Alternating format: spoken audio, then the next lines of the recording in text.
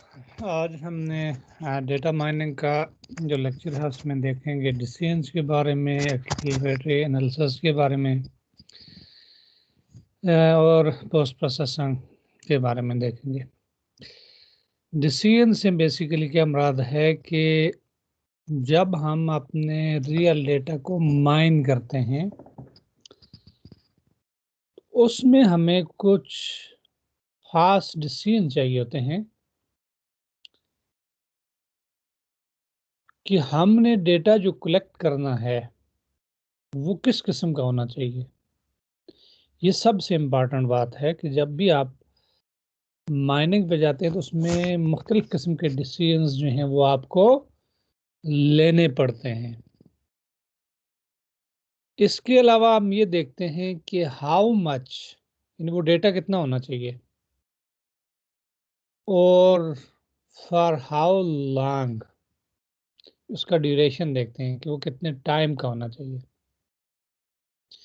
ये different types के decisions जो हैं वो हमें करने पड़ते हैं, देखने पड़ते हैं जब भी हम रियल लाइफ में डेटा का एनालिसिस करते हैं, उसके ऊपर माइनिंग की टेक्निक्स अप्लाई करते हैं।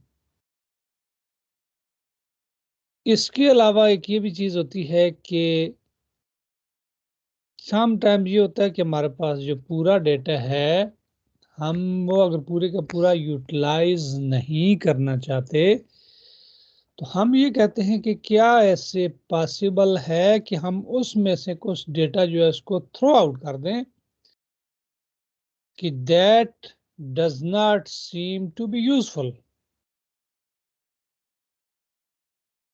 मसलन हमारे पास एक्चुअल व्यू सपोज ये है a up to so on ये चल रहा है, तो हम अपने डेटा के अंदर समटाइम ये भी देखते हैं कि टू फ्रीक्वेंट डेटा तो नहीं है कहीं,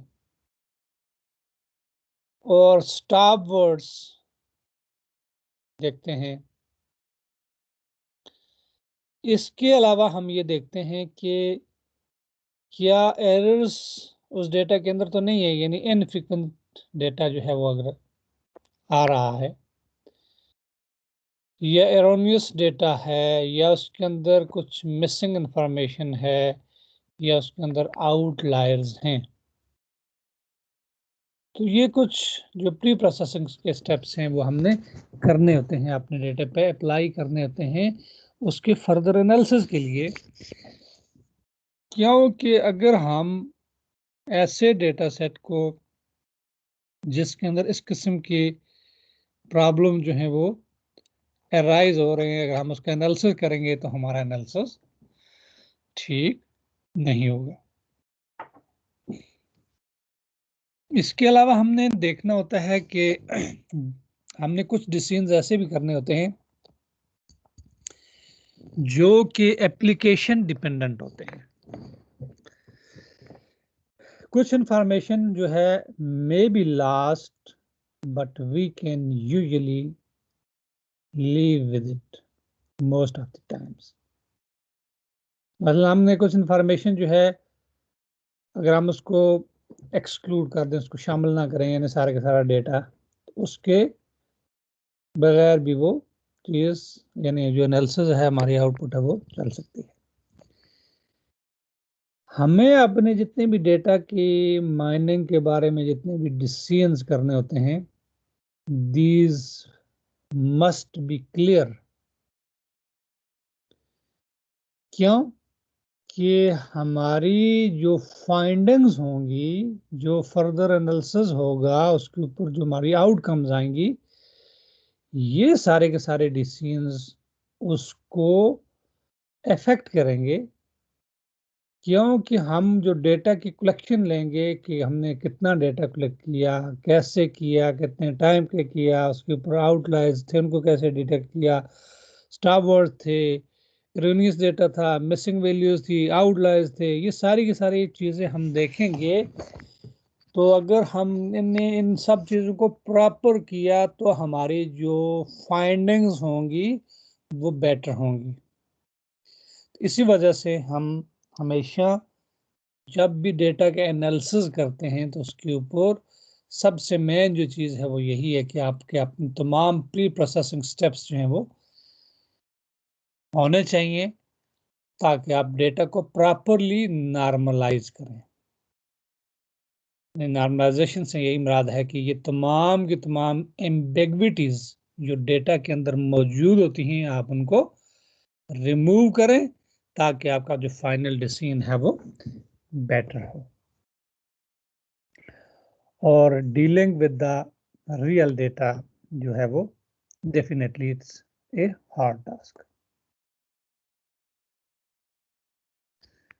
इसके अलावा हम फर्दर एनालिसिस करने के लिए कुछ एक्सप्लोरेटरी एनालिसिस भी करते हैं। और ये हमारा जो एक्सप्लोरेटरी एनालिसिस है बेसिकली ये क्या होता है कि हम कुछ स्टेटिस्टिकल इंफॉर्मेशन जो है उस डेटा से कंप्यूट करते हैं और हम यानी कुछ नंबर्स हैं उनको समराइज करते हैं, डेटा की प्रॉपर्टीज को समराइज करते हैं जिससे हमें ओवरऑल डेटा के ट्रेंड्स के बारे में पता चल जाता है। अब ये जो समराइज्ड प्रॉपर्टीज हैं इनके अंदर हम उनकी डेटा की कुछ फ्रीक्वेंसी देख लेते हैं, लोकेशन देखते हैं और स्प्रेड। ये इनिशियल स्टेज पे हम ये कुछ चीजें फाइंड आउट करते हैं। लोकेशन से मुराद ये होती है कि हम उसका ओवरऑल मीन देखते हैं कि ओवरऑल डेटा के अंदर ट्रेंड चेक करने के लिए। और स्प्रेड से ये मुराद होती है कि हम उसकी स्टैंडर्ड डेविएशन देखते हैं कि तमाम वो वैल्यूज वो मीन से कितना डेविएट कर रही हैं।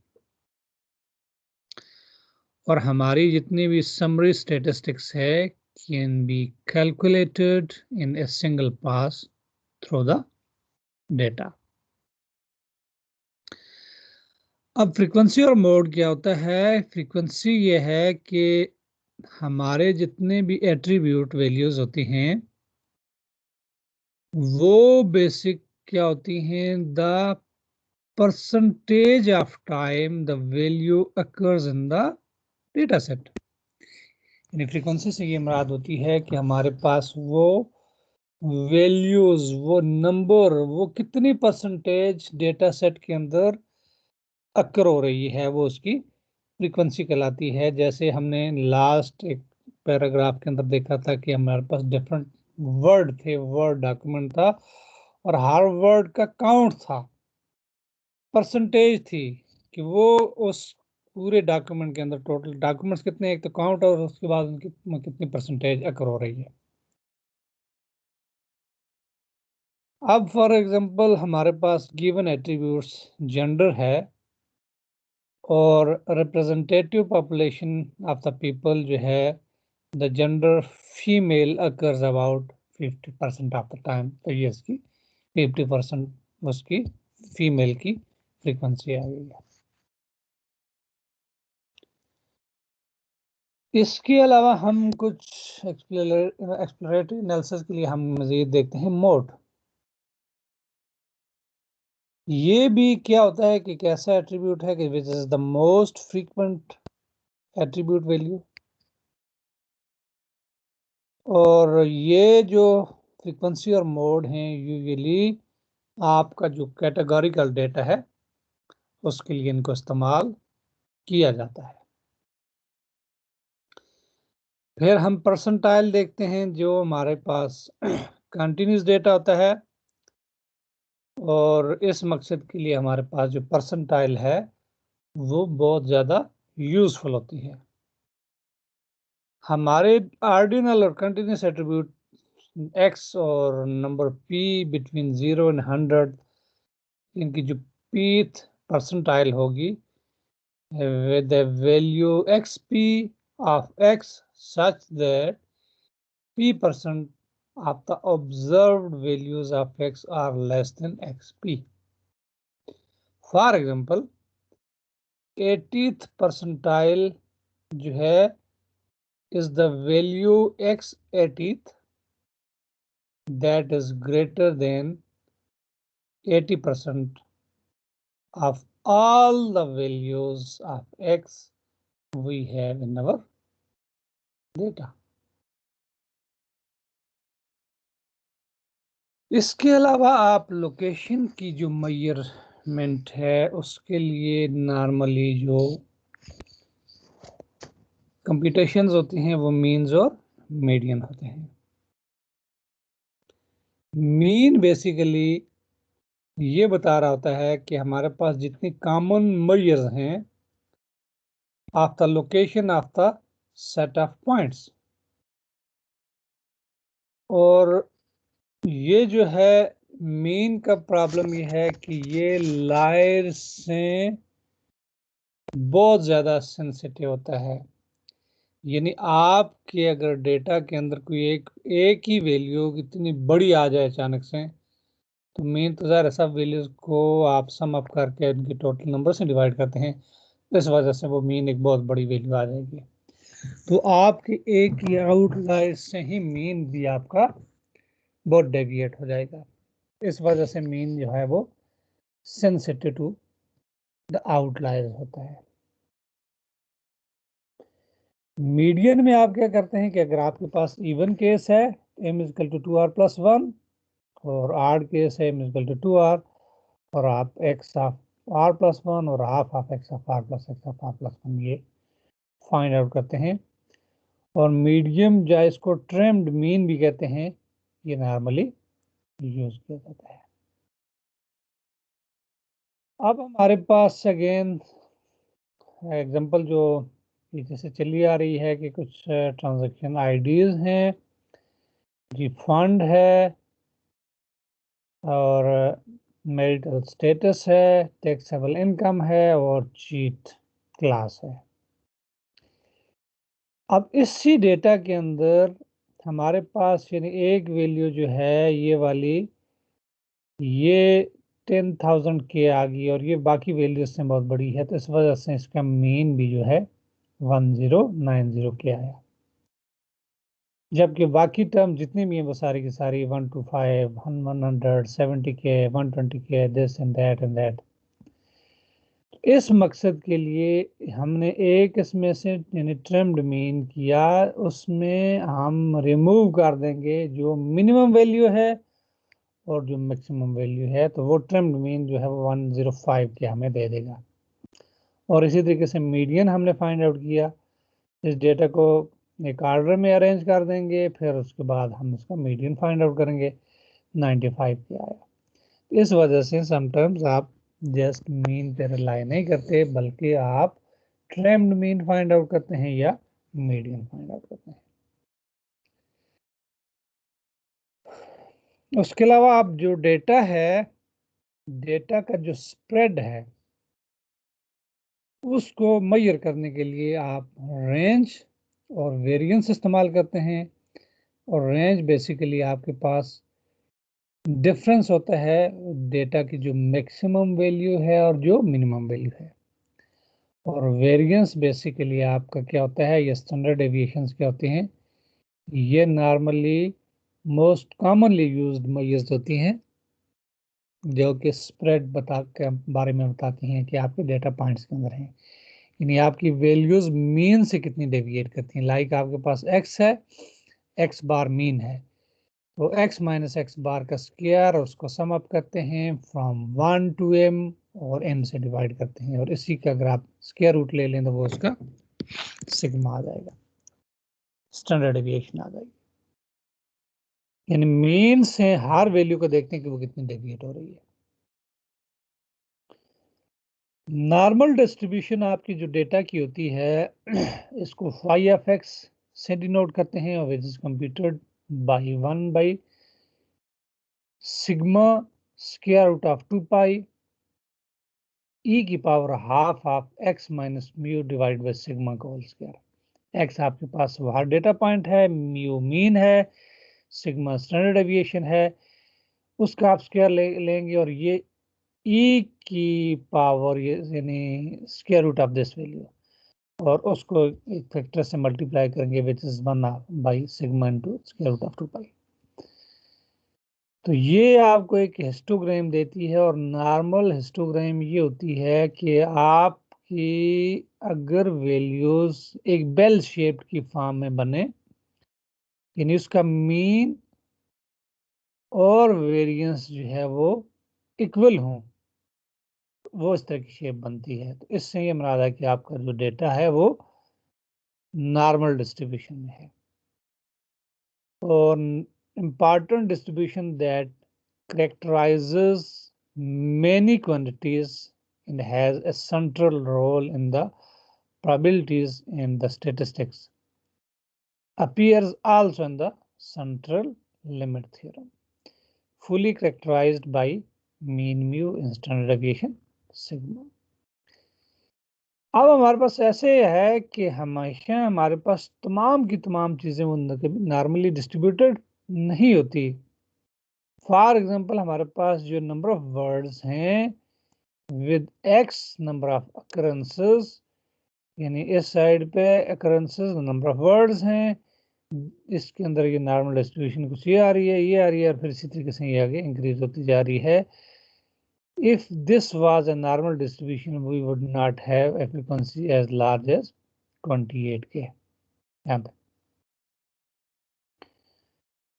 तरीके से पावर लॉ डिस्ट्रीब्यूशन है कि हम इसके अंदर एक लाग प्लॉट इस्तेमाल करते हैं, और इसके अंदर ये होता है कि एक लाइन होती है, इस लाइन के अगेंस्ट हम पॉइंट देखते हैं कि वो कितने क्लोज ट्रेन है। तो ये इस तरह का ग्राफ बनता है, एक लीनियर रिलेशनशिप होता है जो कि P of X is equal to K is equal to K की पावर माइनस ए। इसी तरीके से जिप एफ्स लॉ है, इसमें आर की पावर माइनस बीटा, और ये इस फॉर्म में शेप बनती है, यानी फ्रीक्वेंसी को यहाँ पर रैंक किया जाता है। इसके अलावा पावर लॉ को आप फॉर डिफरेंट अदर पर्पसेस में इस्तेमाल कर सकते हैं कि फॉर एग्जांपल आपकी इनकमिंग और आउटगोइंग लिंक्स एक वेब पेज के ऊपर हैं, यानी जिनसे इनकम आ रही है और आउटगोइंग लिंक जा रहा है। इसी तरीके से यानी नंबर ऑफ फ्रेंड्स आपके किसी सोशल नेटवर्क्स के ऊपर हैं, number of occurrences of the words हैं, फाइल का साइज है, सिटी साइजेस हैं, इनकम डिस्ट्रीब्यूशंस है, पॉपुलैरिटी वगैरह वगैरह, इनकी बेसिस पे। तो ये सारी की सारी चीज़ें हमने देखी of the products in the movies. इसमें क्या है कि signature of the human activity, a mechanism that explains everything, rich get richer process। आपके पास इन डिग्री है और नंबर ऑफ पेजेस हैं, आप इसके अंदर टोटल इन डिग्री देखते हैं, पावर लॉ की वैल्यू देखते हैं, रिमोट ऑनली इन डिग्री देखते हैं, और पावर लॉ एक्सपोनेंशियल की ये वैल्यूज देख रहे होते हैं। तो ये डिफरेंट टाइप्स की हमारे पास कंप्यूटेशन है कि जिनको हम मेजर कर सकते हैं। इसी तरीके से एक और है एग्जांपल लॉन्ग टेल की, ये एग्जांपल है टाइटल्स रैंक बाय पॉपुलैरिटी, और इस रहे average number of plays per month, और इसके अंदर songs available at both Walmart and Rhapsody, songs available on this only, और ये उनकी परसेंटेज इस तरीके से बताई हुई है, और ये एक डिस्ट्रीब्यूशन बताई हुई है। इसके बाद हमारे पास पोस्ट प्रोसेसिंग होती है, और पोस्ट प्रोसेसिंग में हम बेसिकली क्या करते हैं, विजुलाइज करते हैं, और ये एक ह्यूमन आई के लिए एक पावरफुल एनालिसिस है फॉर द एनालिटिकल टूल्स। क्या जब हम विजुलाइज करते हैं डेटा को प्रॉपर्ली, तो हम उससे डिफरेंट टाइप्स के पैटर्न्स जो हैं वो डिस्कवर कर सकते हैं। और विजुलाइजेशन जो है ये एक बेटर वे है, हम जब डेटा को प्रेजेंट करते हैं so that the patterns can be seen. मसलन हम हिस्टोग्राम्स इस्तेमाल करते हैं, हम प्लॉट्स इस्तेमाल करते हैं, are the forms of the visualizations. There are multiple techniques जो कि इसके लिए इस्तेमाल की जाती है। इसमें से जस्ट फॉर एग्जांपल हमने एक स्कैटर प्लॉट देखा है, ये आयरिस एट्रीब्यूट्स हैं, सिटोजा, वेसिकुलर और वर्जिनिका, ये 3 कलर्स हैं, ब्लू, स्टेरिक्स हैं, प्लस और ये सर्कल सिंबल है। इसमें हम बेसिकली क्या करते हैं कि जो लीव्स हैं उनके पेटल की विड्थ, लेंथ और सेपल की विड्थ और सेपल की लेंथ हम फर्ज क्या देखते हैं। इसी तरीके से ये हमारे पास एक क्लास है। तो अब हम हर एक दो के कॉम्बिनेशन के अंदर ये देखते हैं, यानी जैसे petal width, petal length, sepal length, sepal length, इसके दरमियान ये डेटा की डिस्ट्रीब्यूशन देखते हैं इन तीनों कैटेगरीज को, और फिर देखते हैं कि ये कितने इंटरमिक्स्ड है। तो इस तरीके से आप ग्राफ को यूजुअली जो है वो देख सकते हैं चीज़ों को, इनके कोरिलेशंस देख सकते हैं, क्लास के सेपरेशन देख सकते हैं। इसी तरीके से हमारे पास एक और ग्राफ है जो कि कंटूर प्लॉट है, SST दिसंबर 1998 सेल्सियस स्केल इधर चल रहा है और ये इसकी डिस्ट्रीब्यूशन है डिफरेंट टाइप। तो ये आप ये भी देख सकते हैं कि कितना इस कंटूर प्लॉट के मुताबिक, यानी एक जो दिसंबर 1998 के अंदर जो किसी लोकेशन का दिया हुआ टेम्परेचर दिया हुआ है सेल्सियस में कितना चल रहा है। तो अब हमारे पास जो बिग डेटा माइनिंग रिस्क जो है is that you will discover patterns that are meaningless, और इसके लिए जो स्टेटिस्टिशियंस हैं इसको बोन फेरोनीज प्रिंसिपल्स भी कहते हैं, जो कि रफली if you look in more places for interesting patterns than your amount of data will support, you are bound to find the grape. और any paradox क्या है कि a great example of how not to conduct scientific research. तो ये हमारे पास इसकी last example थी। अब हमने ये बेसिकली ये देखना है कि इस प्रिंसिपल के मुताबिक ये होता है कि tell the peoples they had ESP and call them in the another test for the same type, or discover करें the almost all of the patterns which have been lost in their ESP. Why? What did he conclude? और इसमें ये है कि concluded that you should not tell people they have ESP, it causes them to lose it. तो ये हमारे पास यानी कुछ बेसिक स्टेप्स थे कि जब हम डेटा का सबसे इम्पॉर्टेंट चीज़ थी कि डिसीजन के लिए हम क्या काम करते हैं, फिर एक्सप्लोरेटरी एनालिसिस के लिए कुछ बेसिक स्टैटिस्टिक्स देखते हैं और उसके बाद हम पोस्ट प्रोसेसिंग के बारे में चेक करते हैं। क्लियर है?